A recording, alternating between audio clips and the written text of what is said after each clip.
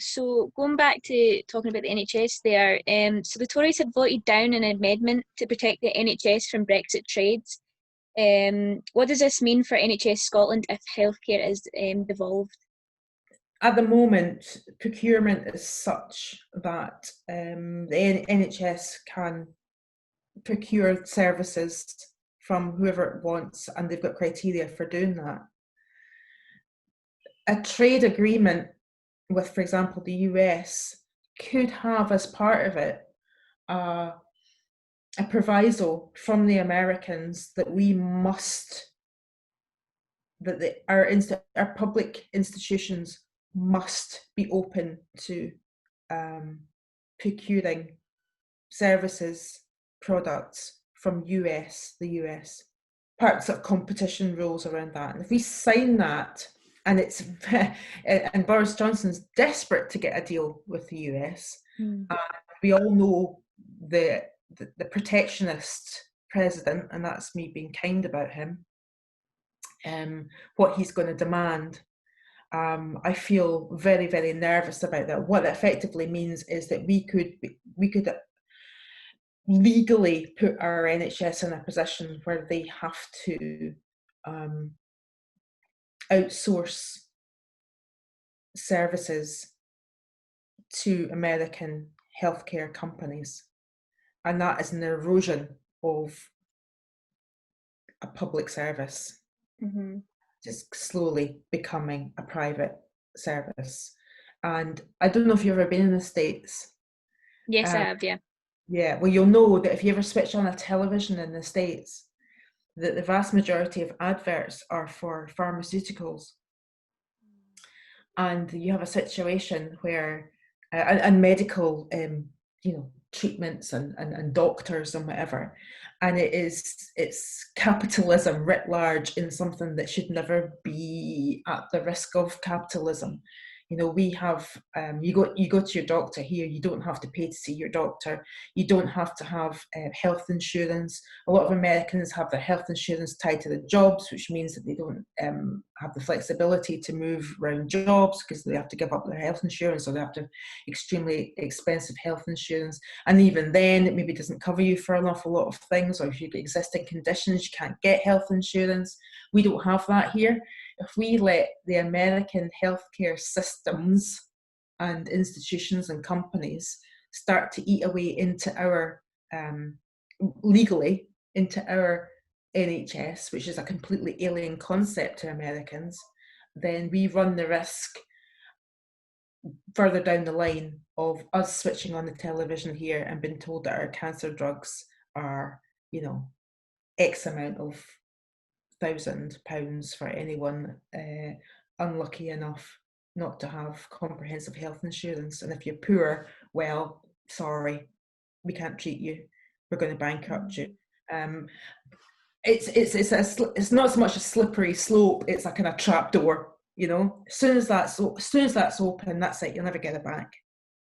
And what the Conservatives voted for the other day was everything we were warning about could happen in the IndieRef campaign.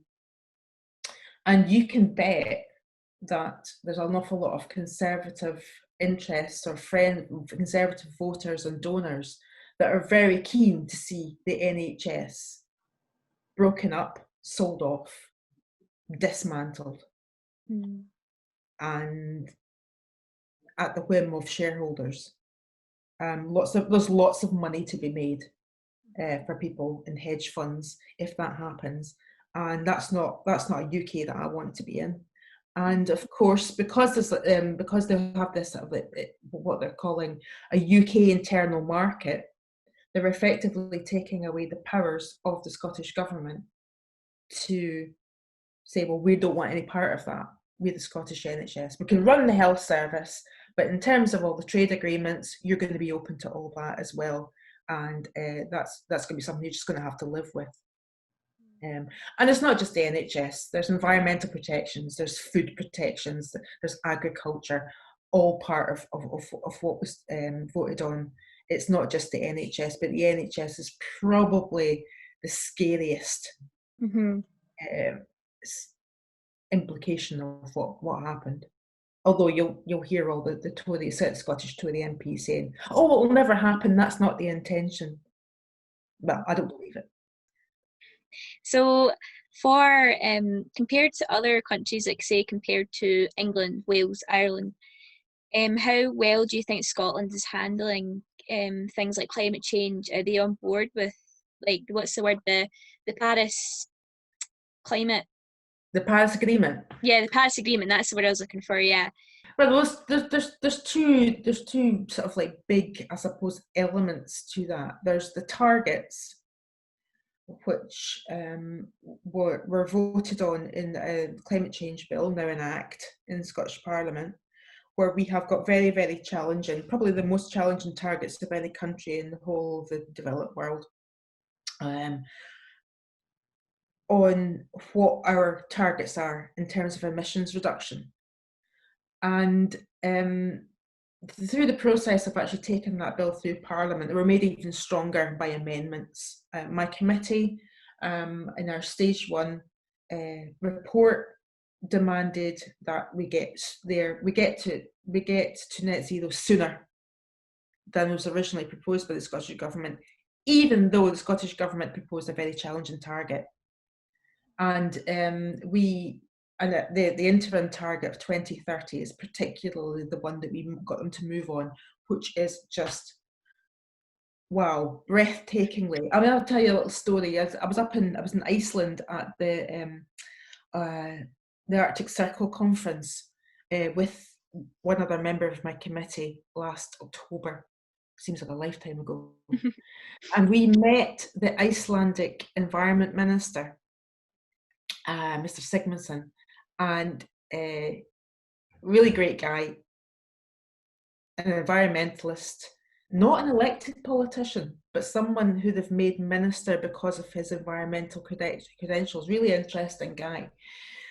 And we ran through with him our targets. We told him the 2030 target of 75% reduction in emissions, and he went, "Holy f-" And we were like, "Yeah," and he's like, "How are you going to do that?" I mean, he actually swore in like, "That is incredible. That is really difficult. How are you going to do that?" And I mean, in Iceland's, they've got control over everything there, and they've got very stretching targets as well. And the Green Alliance, or the left Greens, as they're called, are in government, and they've put really stretching targets in place for them. But they looked at what we were doing and went, "Oh my goodness, that's just there. Well, we thought we were progressive. Look what Scotland's doing." The targets are only one thing. The target's not the solution. That's just what we're going to be judged against. That's just the ambition.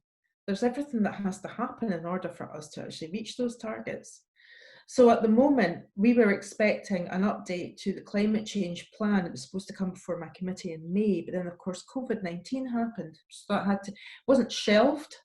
It was just, right, we're dealing with a pandemic. But very quickly after, lockdown happened, the Cabinet Secretary for the Environment, Rosanna Cunningham, said, "Well, what we're going to have to do now is we're going to have to come up with a new plan of green recovery, because our economic recovery, has to fulfill the ambitions of the climate change targets, but it also has to get us back on our feet. So if we're going to be rebuilding our economy, we have to do so in a sustainable way, which is actually, particularly more pressing now." So at the moment, we're waiting on the government's plans to come before us. They're not probably going to be before us until the end of the year.